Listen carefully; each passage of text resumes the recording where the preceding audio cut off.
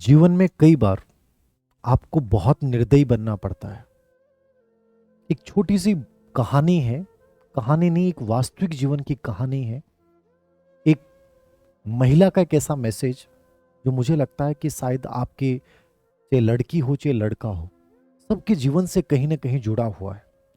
किसी की चाहत का हमें एतबार ना रहा, अब किसी खुशी का हमें एहसास ना रहा। इन आंखों ने अपने टूटते हुए सपनों को देखा है, इसलिए जिंदगी में अब किसी चीज का इंतजार ना रहा। मैं नहीं चाहता कि तुम्हारे जीवन में ये मोमेंट आए कि तुम्हें ये कहना पड़े कि शायद कुछ नहीं है। ऐसा नहीं होता है। एक महिला दिल्ली की रहने वाली है और राजस्थान के किसी गांव में उसकी शादी होती है। शादी होने से पहले जितने भी बिचौलिए थे, ससुराल वाले थे, पीहर वाले थे, सब ने ये विश्वास दिलाया, ससुराल और बिचौलियों ने, कि तुम्हें शादी के बाद भी पढ़ने दिया जाएगा, तुम्हारे सपनों को पूरा जीने की तुम्हें आजादी होगी, तुम जैसे चाहोगी वैसे जिंदगी में ऊंचाइयां छूने का प्रयास करना, तुम्हारे सपनों में हम लोग बाधक नहीं बनेंगे। लेकिन वो महिला उन सभी की बातों में आकर और शादी के लिए रजामंद हो जाती है। और जब शादी होती है तो वो लोग जो उस समय बड़ी बड़ी बातें कर रहे थे, वो धीरे धीरे अपना व्यवहार दिखाते हैं और उसके सपनों को, उसकी पढ़ाई को वो अपनी सामाजिक रीति रिवाज में बाधक मानने लग जाते हैं और उसे तोड़ने लग जाते हैं। उसकी छोटी छोटी चीजों को लेकर उसे कसूरवार, जिम्मेदार ठहराने लग जाते हैं। उसकी पढ़ाई को परिवार के टूटने का आधार बनाने लग जाते हैं। लेकिन वो फिर भी कसम कस में लगी रहती है। एक दो परीक्षाएं देती है, लेकिन उन परीक्षाओं में एक या दो नंबर से रह जाती है। उसके बाद वो जुल्म और बढ़ जाता है। वो बच्ची मुझे कहती है कि सर, मेरा सपना था जॉब का, लेकिन क्या करूं, मन करता है सब कुछ छोड़ के अपने सपने के लिए जीऊं, लेकिन आस पड़ोस, वो रिश्तेदार, वो बिचौलिए, उन सब की बातों से डरकर कि वो बोलेंगे कि तुम्हारे माता पिता की परवरिश को लेकर, कि तुम्हारे माता पिता ने तुम्हें ऐसी परवरिश दी, तुम्हें नहीं चल ऐसा करना चाहिए, तुम यहीं रह के इनकी सेवा करो, ये जो चाहते हैं वो करो। सर, हर चीज को सहन करके आगे बढ़ती हूं, मेरे साथ कोई नहीं है। जिन लोगों ने शादी से पहले न जाने कितने वादे किए थे, धीरे धीरे उन लोगों ने एक भी वादा न निभाकर सब दूर चले गए।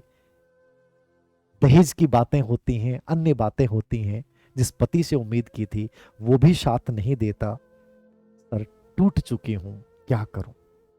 यदि चाहे वो लड़का हो चाहे लड़की, यदि किसी के जीवन से जुड़ी हुई कहानी है, तो मैं ये कहूंगा कि जब वो तुम्हारे सपनों को रौंदने के लिए, वो सभी लोग जिन्होंने शादी से पहले वादे किए थे, वो जब निर्दयी बन सकते हैं, तो तुम अपने सपनों को पूरा करने के लिए उन लोगों के साथ निर्दयी क्यों नहीं बन सकते। वो लोग आज तुम्हें परवरिश की दुहाएं दे रही हैं। कौन सी परवरिश ऐसी है जो ये कहती है कि अपनी जिंदगी के सपनों को पूरा मत करो। और मैं मानता हूं यदि वो परवरिश ऐसे कहती है तो परवरिश सही नहीं है। वो रीति रिवाज, वो रस्में गलत हैं जो आपके सपनों की जिंदगी जीने से आपको रोकते हैं। तुम चाहोगे ना, एक दिन उनके अकॉर्डिंग जिंदगी जी लोगी, घुटन भरी जिंदगी जी लोगी, उनके रस्मों रिवाजों में फंस के रह जाओगी, तो भी तुम्हें बहुत बड़ी ट्रॉफी नहीं मिलने वाली, कुछ नहीं मिलने वाला। लेकिन तुम अरुणिमा सिन्हा की तरह बाहर निकलकर अपने सपनों की जिंदगी जीती हो ना, तो एक दिन वो लोग भी कहेंगे कि हाँ, कुछ तो था। जब पता है कि आज इन रिवाजों की वजह से मैं किसी की पसंद बनूं गलत है, मैं अपनी काबिलियत की वजह से किसी की पसंद बनूं, ये तुम्हारे जीवन का उद्देश्य होना चाहिए। और जीवन के कालखंड के ऐसे दौर आते हैं जहां आदमी बड़ा अकेला होता है, तब उसे लगता है कि मैंने अपनी जिंदगी में किया क्या, मैं अपने सपने को तक को नहीं जी पाई।